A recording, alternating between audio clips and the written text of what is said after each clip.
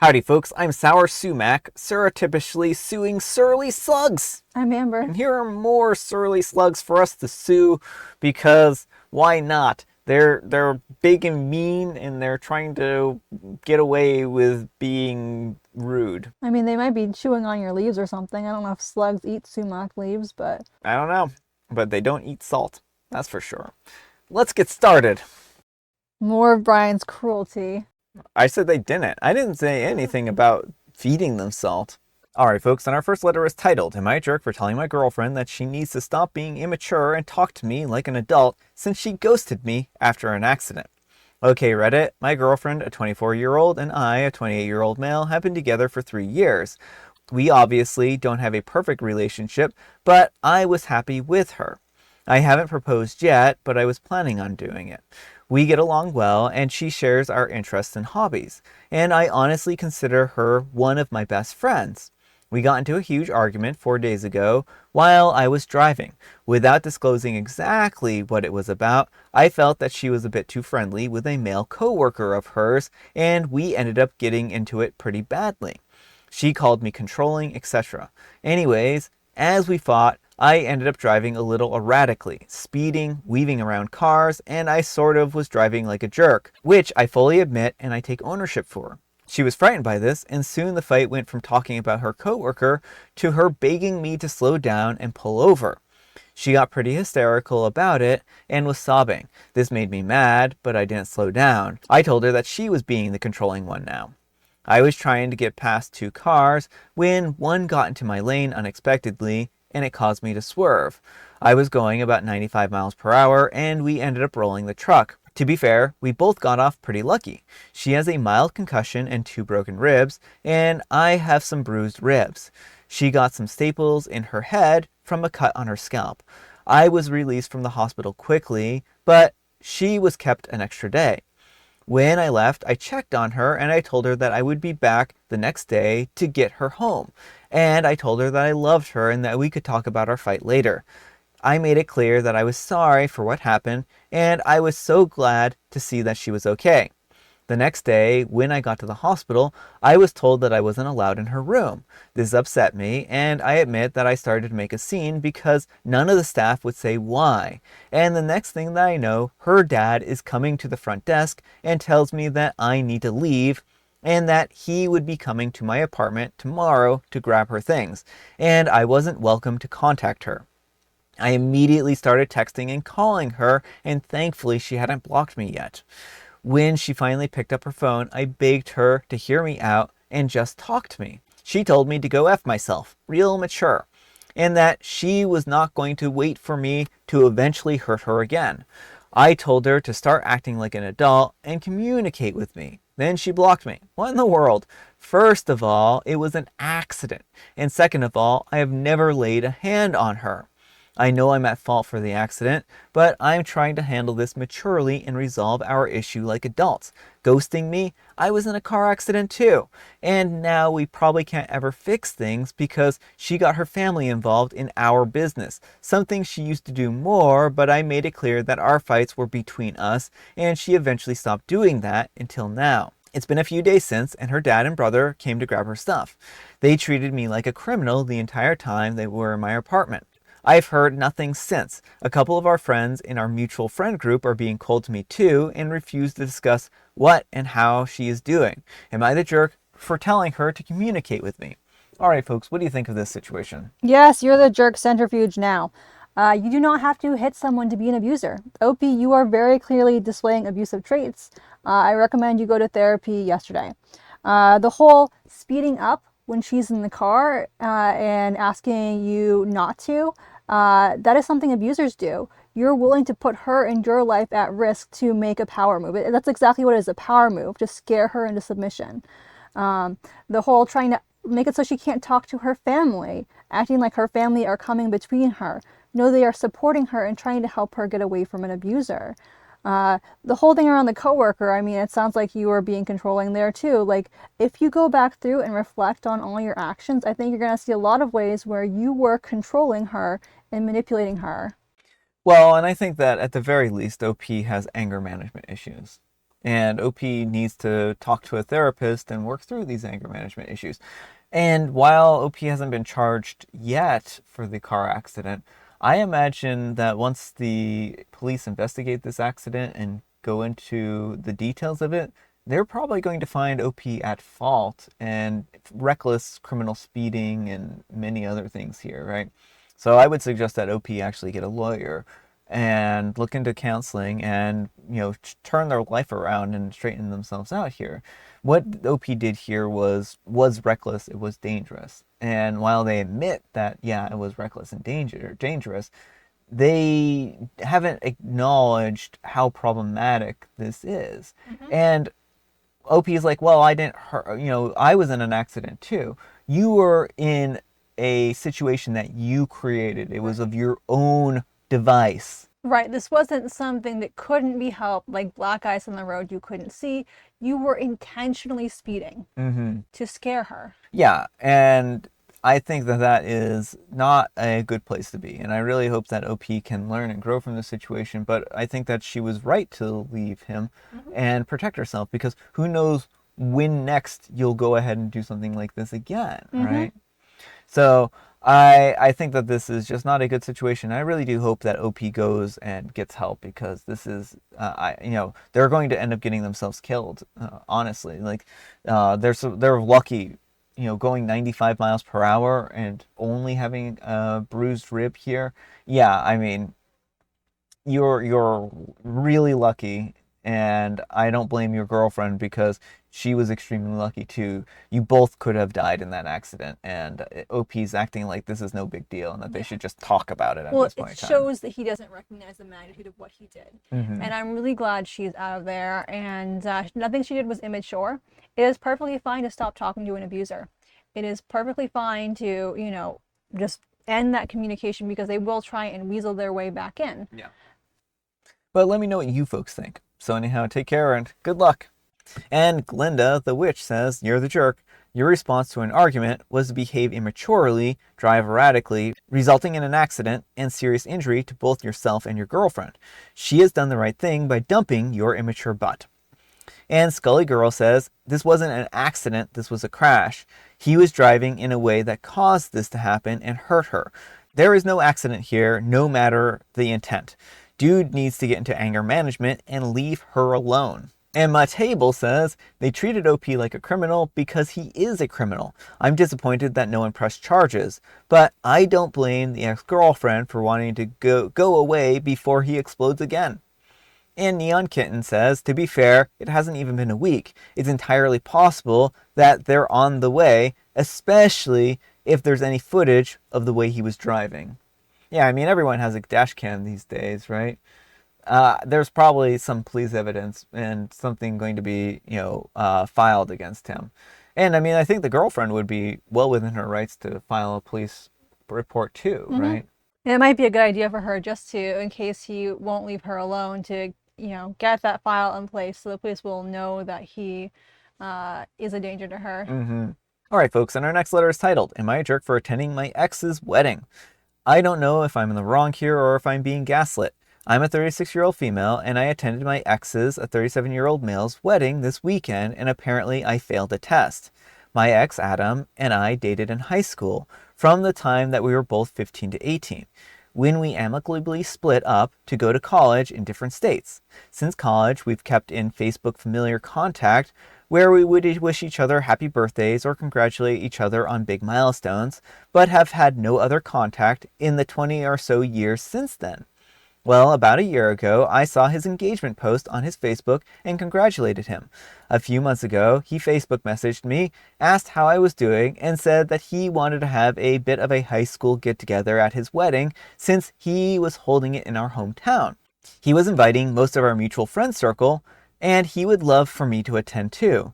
I hadn't seen most of these friends in over a decade, and I thought that the idea sounded fun, so I accepted the invitation. The wedding was this past weekend and was incredibly normal. I attended with my husband, and he got to meet all of my high school friends and their partners, and we had a great time. Sunday morning, I wake up to a slew of Facebook messages from my ex's new wife about my audacity to attend the wedding and how, out of all of his former girlfriends, I was the only one who failed the test. She said that clearly you shouldn't attend an ex's wedding unless you're still hung up on them, and how I must be planning to steal her new husband away. I was shocked, but I also apologized if I had been unwelcome and how I must have misunderstood, as my reason for attending was to see old friends. She immediately responded and again said that no sane woman with good intentions would ever think that it was okay to attend their ex's wedding. I again apologized if I was unwelcome, and I hope my presence hadn't distracted from her day. I then messaged my ex and apologized if I had misunderstood and hoped that I hadn't caused any issues.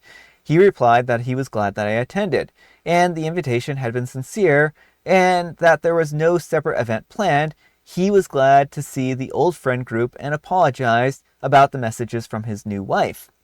I left it at that, thinking that it was a closed matter. A few hours later, the new wife is messaging me again, complaining about how I was trying to manipulate her new husband to make her look crazy. I decided that this was not a ship that I wanted to sail on. I took a screenshot of all her messages and my replies. I sent them to the ex and said that I was just going to go ahead and block both of them so that I couldn't be accused of inappropriate contact with anyone. Yesterday, I started getting messages from the bride's sister saying that I poisoned my ex against his new wife and that I should have kept the messages to myself. I'm also being told that I could have just avoided all of this by knowing that I shouldn't have attended my ex's wedding. I'm honestly not sure if I'm in the wrong here or if I'm being gaslit by an insecure woman and her sister. So am I the jerk for attending my ex's wedding? All right, folks, what do you think? No, not the jerk. You were given an invitation. It seems like there was nothing nefarious in this. I mean, OP got to bring her husband as a plus one. Um, and, when you grow up in a small town together, there are still those, old friends. It makes sense to want to have kind of a friend reunion after all these years. Yeah, I think that this shows that she's an incredibly insecure individual. Not Mhm. OP, but the new wife, Yeah. right? And I'm not really sure why she has this impression that you wouldn't attend an ex's wedding. Right. I mean, can understand if there were unresolved feelings or, if things were ended on really bad terms, but it sounds like they just grew apart. They had different life goals. And I don't like the idea that you should just automatically completely cut off an ex if you separate, because a lot of people, can separate amicably, can do their own thing and still want to like keep in touch. That was someone who was special to you for so many years. Yeah, well, think about people who get married and have kids together, right? And if they attend the wedding or something like that, Mhm. they might attend the wedding to watch over the kids, but make sure that also the kids are involved and able to be there, right? Right, and show that their support for the new union, that they're not holding any ill feelings. Yeah. So I think that this is really short-sighted by the new wife. I don't know if the relationship is going to survive this, right? I And I don't mean, know if it should, if this is how she approaches things. Like, instead of expressing her concerns with her partner yeah. about the guest list and kind of talking things out, she decided to go and corner this woman she had never met before and like blast her for trying to steal her man, this married woman. Yeah. But let me know what you folks think. So anyhow, take care and good luck. Alright folks, and our next letter is titled, Am I a Jerk for Secretly DNA Testing Our Daughter and Revealing the Results at a Family Dinner? Alright Reddit, I'm a 40-year-old male and I decided to do something fun for my 14-year-old daughter Emily. She's always been curious about our family history, so I surprised her with an Ancestry DNA kit. I thought that it would be a cool way to bond and learn more about where we came from. So I swab her DNA without telling anyone. I know maybe not the best move, but I wanted it to be a surprise. And a few weeks later, we get the results back. And I'm stoked because it turns out that Emily has some royal ancestry. I thought that this would be a fun little tidbit to share with our next family dinner. Cue to the next family dinner, my wife, a 38-year-old female, parents, and a few other relatives are all there. I excitedly reveal the whole royal ancestry thing, and everyone's super impressed. We're all having a good time when I notice something is off in my DNA results. The kit also included some health info, and I see that I have a genetic condition that my dad definitely couldn't have passed down to me. Now I'm sitting there all confused because this means that I'm not biologically related to my dad. In front of everyone, I turn to my mom and ask her what's going on. After some awkward silence, she finally admits to having an affair around the same time that I was conceived. My biological father is not my dad, and she's kept it a secret for over 40 years. The room goes silent. Emily, who was excited about her royal ancestry 5 minutes ago, is now in tears because the whole thing turned into a family drama explosion. She runs off to her room, and the mood is obviously ruined. Now the fallout. Some of my family is saying that I should have kept the DNA stuff private and handled it more delicately. Others think that I had every right to know the truth. My wife is upset that I blindsided everyone, especially Emily, and thinks that I should have talked to her before dropping these bombshells at dinner. Now Emily won't speak to me, and I feel like I really messed up. So Reddit, am I the jerk for doing the DNA test on my daughter without telling her and revealing everything at a family dinner? Should I have handled this privately instead? Alright folks, what do you think? I mean, I think OP's the jerk for rewriting the entire story. I have never heard that one before. Oh? They use the same name and everything, but they rewrote the entire thing. I was expecting a very different story. Oh, they rewrote the story? Yeah, So, I can read it if you want. It's short. sure, go ahead and read it. My wife, a 38-year-old female, and I, a 40-year-old male, have been married for 15 years and have a 14-year-old daughter, Emily. Lately, I've noticed that Emily doesn't resemble me at all. She doesn't share any of my physical traits or those of my side of the family. It got me thinking, and doubt started creeping in. Without discussing it with my wife, I decided to do a secret DNA test. I used one of those at-home kits and managed to get a sample from Emily. When the results came back, it turned out that I'm not her biological father. I was devastated and felt utterly betrayed. Instead of talking to my wife privately, I decided to bring it up during a family dinner with our close relatives present. I confronted her in front of everyone, revealing the DNA test results and accusing her of infidelity. My wife burst into tears and the room went silent. She admitted that she had a brief affair around the time Emily was conceived, but begged for forgiveness, saying she was scared to tell me and hoped Emily was mine.